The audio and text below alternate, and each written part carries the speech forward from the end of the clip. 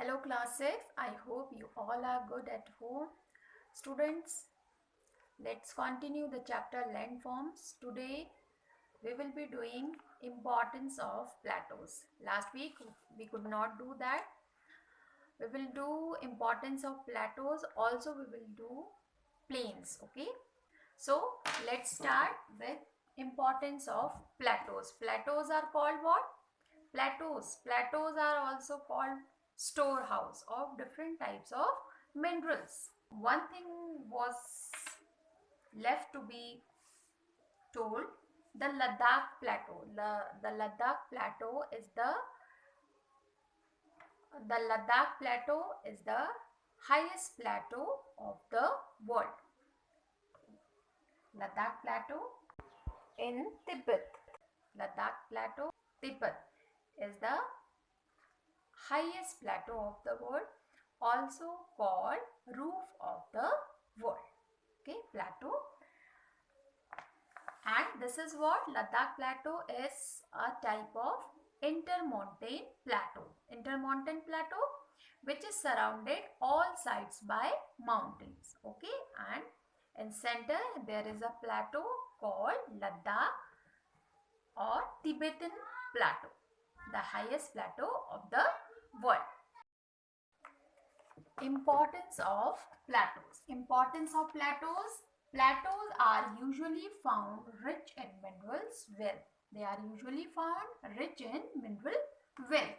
They are storehouse of some very important minerals like iron ore, manganese, copper, gold, silver, etc. They are storehouse of these minerals. Plateaus support mining and industrial activities. Plateaus, they support mining and industrial activities.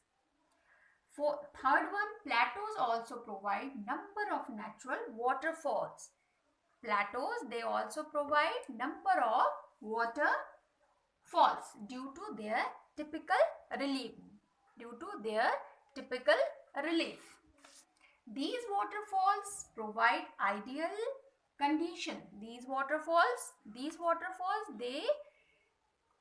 provide ideal conditions for generation of hydroelectricity. Hydroelectricity through which we get electricity. Fourth one, volcanic plateau has fertile black soil. Volcanic plateau has fertile black soil and which is good for what? Cotton. For growing cotton and wheat, black soil is good for that. Volcanic plateau has fertile black soil suitable for the cultivation of cotton and wheat. This is the importance of plateaus. This will help you to do answer 6 in long answer type question. Okay. This class, plateaus and valleys of the world. Important plateaus and valleys of the world. Valleys, Rift Valley, Great Rift Valley which is in Africa. Great Canyon Valley which is in North America. Here is Rhine Valley, Europe. Okay. Now let's talk about plateau. Ladakh or Tibet Plateau, Mongolian Plateau here, Iranian Plateau. Here is Deccan Plateau. Narmada Valley is here, Narmada Valley. Okay. West Australian Plateau, East African Plateau is here, Patagonia Plateau, Appalachian Plateau. Okay, these are some important plateaus of the world. You should learn them. Okay, important valleys and plateaus. Okay. Now plains. The plains are flat. The plains are flat, low-lying areas. Low-lying areas. Okay, low-lying areas with gentle slope. With gentle slope, they are generally not more than 200 meters above the sea level. Above the sea level. Above the mean sea level. They are not more than 200 meters. Plains are the most thickly populated area of the world. You know why? Because plain is the place where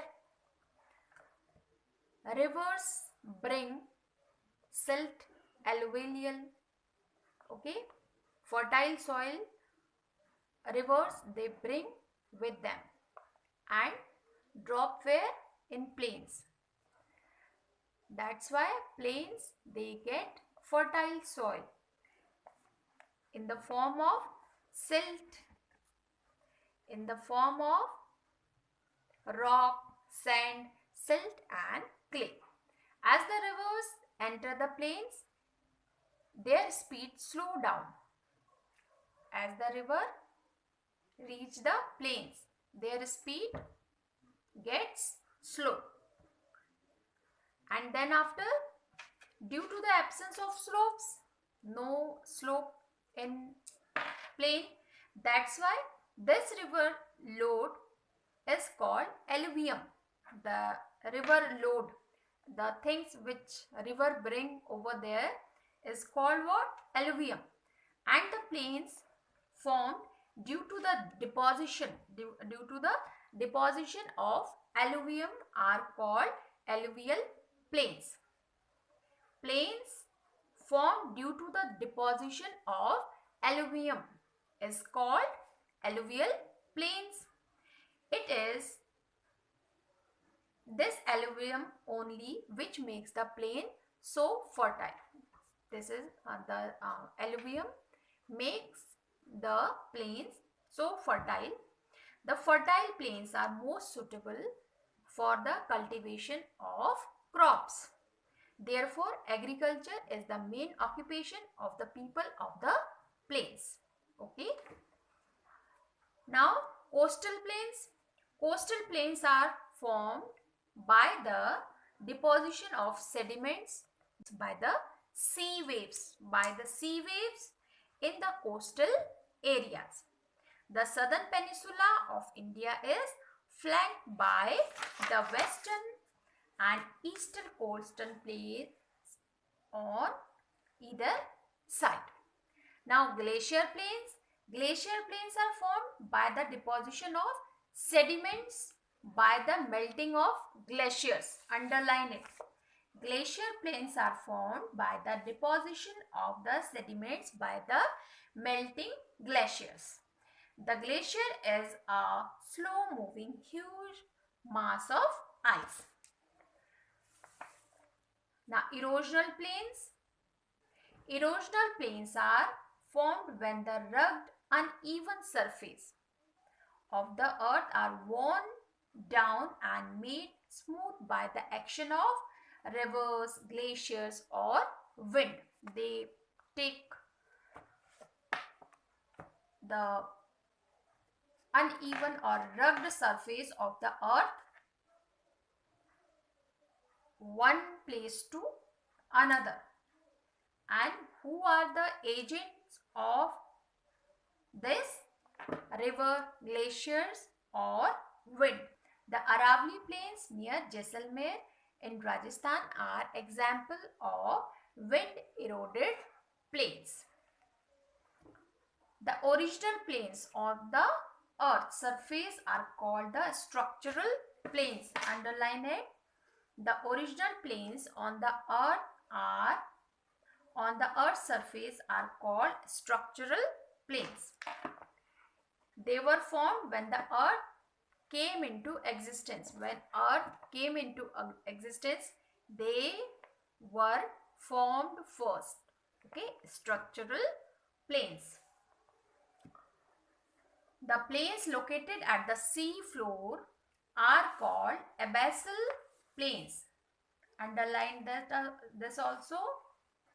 So we learn types of plains.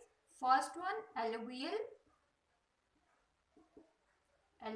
plains. Second one, coastal plains.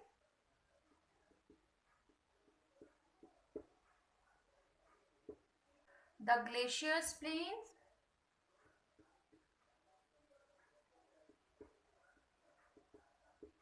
The glaciers plains.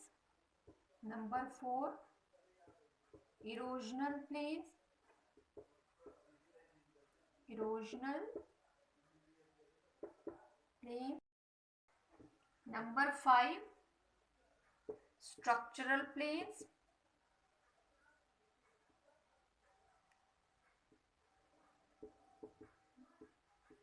Structural plains.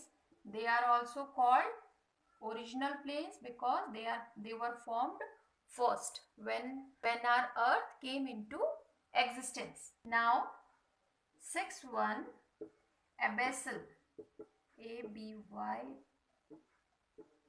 abyssal plains. Abyssal plains, the plains located at the sea floor are called abyssal plains. Now, importance of plains. The plains are most suitable for the agricultural activities. Plains are most suitable for the agricultural activities because they generally have thick soil cover. They have thick soil cover. More area for farming they get. People get in plains. That's why they generally have thick soil cover. That's why most suitable for the agricultural activities. Okay, it is easier to build roads, railways, buildings, etc. due to the flat terrain. The moderate climate, neither too hot nor cold. Moderate climate of the place makes them attractive to the people to live. It attracts people. This moderate climate attracts people to settle in plains. Now, life is much easier in the plains than any other landforms. Yes, life is much easier than other landforms. What is called peninsula? A piece of land which is surrounded three sides by water. Which is surrounded three sides by water. This is the lower part of our country, Deccan Plateau. This is called what? Peninsula, because this is surrounded three sides by water and connected fourth side by mainland. Okay. Island, difference is there. Island is surrounded all sides by water. But peninsula is surrounded three sides by water and connected one side by mainland. That is called what? That is called peninsula. Yes, class. Now the meaning of isthmus. What is called isthmus? A narrow strip of land that joins two large landmasses. And separates two large water bodies. Joins two large landmasses and separates two large water bodies is called an isthmus. Okay. Panama Isthmus joins the continents of North America and South America and separates Pacific Ocean and from Atlantic Ocean. Okay, that is called what? Isthmus. Now the next is archipelago. What is the meaning of archipelago? A group of islands. Such as Japan, Philippines is called an archipelago. They are examples of, these countries are examples of archipelago. A group of islands is called archipelago. You can see Andaman and Nicobar Island, Lakshadweep. They are archipelago. Okay, group of islands. You can see this is map of India. This is called what? Peninsula. Three sides surrounded, three sides by water, and fourth side connected with mainland. Okay, this is the mainland. Okay, that's why this part of our country is called peninsula. This is peninsula of Italy, surrounded three sides by water and one side is connected with mainland. Okay, peninsula. This is what? Isthmus, a narrow strip of land that joins two large land masses. Two large land masses, North America and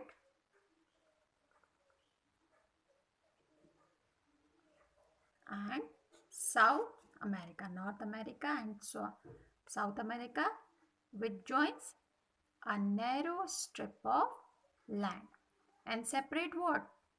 And separate two large water bodies. Two large water bodies, they are Atlantic Ocean and Pacific Ocean, which separates Atlantic and Pacific Ocean, which separate Panama Isthmus. Okay, Panama Isthmus separates Atlantic Ocean and Pacific Ocean and joins two large land masses, North America and South America. This is archipelago of Philippines. Group of islands. Students, if you remember in last video, I requested you to do something to help your parents at home, to help your grandparents. If you are interested in gardening, by watering plants, you can do all these household work at home. Did you do so? What you have done? Have you started keeping your room clean? Have you started keeping your shoes, your clothes and your books in their places? What have you done? What have you started doing at home? With this assignment, you will mention. Okay, I'm not saying to write 150 words. What did you do? I just want what new habit you improved, that you will mention with caption. Okay, that's all for the day. Thank you and take care of yourself.